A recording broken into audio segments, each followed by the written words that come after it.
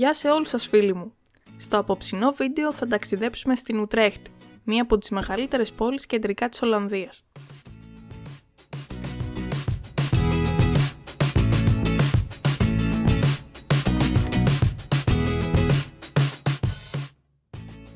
Μην ξεχάσεις ότι ένα like ή μια εγγραφή με βοηθάει πολύ να συνεχίσω τα βίντεο. Και τώρα στο ψητό. Η Ουτρέχτη είναι η τέταρτη μεγαλύτερη πόλη της Ολλανδίας και η πρωτεύουσα της επαρχίας της Ουτρέχτης. Ο πληθυσμός της ανέρχεται στους 360.000 περίπου κατοίκους και οι φοιτητές ξεπερνούν τους 40.000, πράγμα που την κάνει μία από τις μεγαλύτερες φοιτητοπόλεις της Ολλανδίας. Συγκεκριμένα θεωρείται η νεότερη πόλη της χώρας διότι περίπου το 45% του πληθυσμού της είναι μικρότερο των 30 ετών.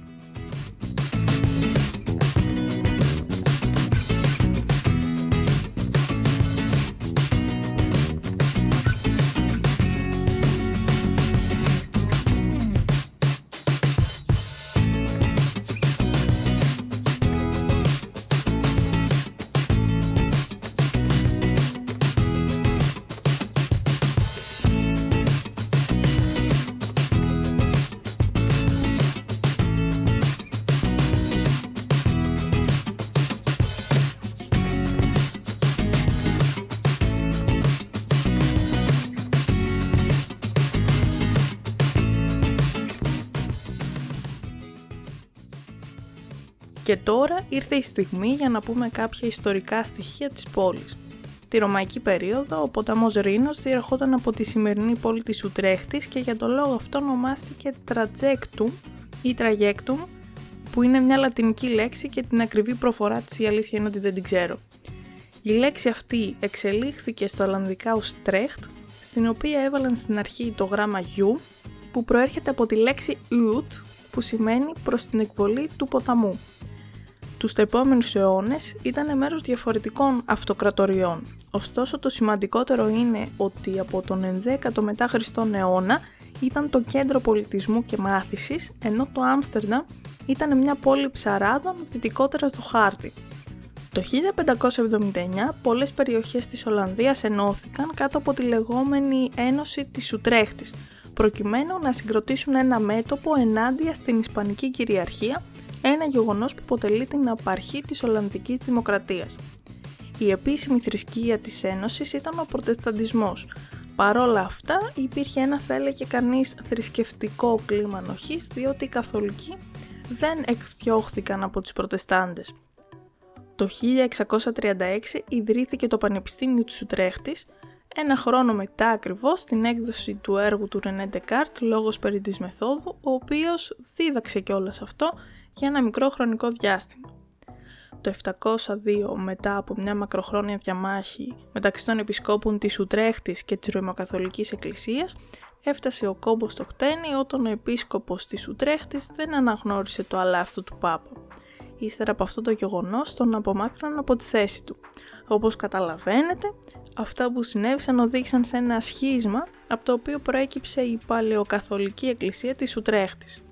Αυτό το θρησκευτικό παρακλάδι κορυφώθηκε το 1889, ενώ σήμερα η πιστή του είναι λιγότερη των 10.000 ατόμων.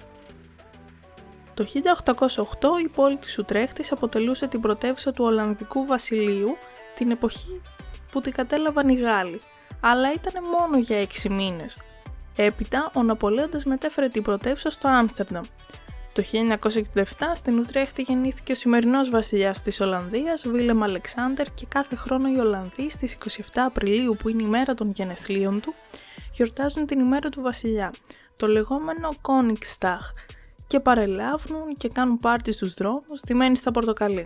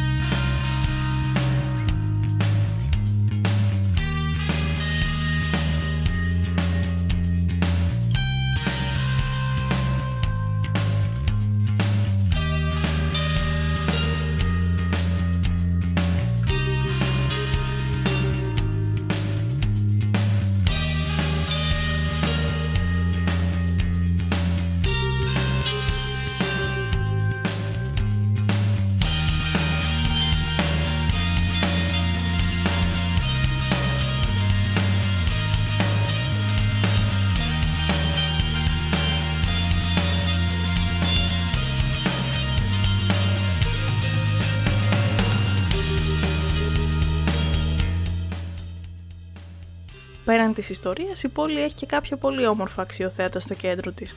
Το πρώτο που θα αναφέρουμε είναι το Dom Toren ή διαφορετικά ο πύργος του Dom, όπως μεταφράζεται, που είναι ο πύργος του καθεδρικού ναού του Αγίου Μαρτίνου στο κέντρο της Ουτρέχτης. Ο Dom Toren έχει 14 καμπάνες και όλες έχουν από ένα όνομα. Για την ακρίβεια, η μεγαλύτερη ονομάζεται Salvator και ζυγίζει λίγο περισσότερο από 8 τόνους, ενώ η μικρότερη ονομάζεται Andrianos και ζυγίζει 281 κιλά. Καθώς θα βολτάρετε στην Ουτρέχτη θα παρατηρήσετε ότι διχοτομείται από δύο κανάλια, το Oudegracht που σημαίνει το παλαιό κανάλι και το Nieuwegracht που σημαίνει το νέο κανάλι. Το τρίτο σημαντικότερο κανάλι είναι το Singel και περιβάλλει την πόλη. Μια ωραία εμπειρία που δεν θα σας πρότεινα να τη χάσετε είναι οι βαρκάδες στα κανάλια αυτά. Ένα επίσης ενδιαφέρον σημείο της πόλης είναι το εντυπωσιακό εμπορικό κέντρο Hoogkaterijnen Reine που βρίσκεται κοντά στο κεντρικό σταθμό των τρένων της Ουτρέχτης. Παρεπιπτόντως, εδώ να σας πω ένα fun fact, λέγεται ότι ο σταθμός αυτός θεωρείται ο μεγαλύτερος της Ολλανδίας.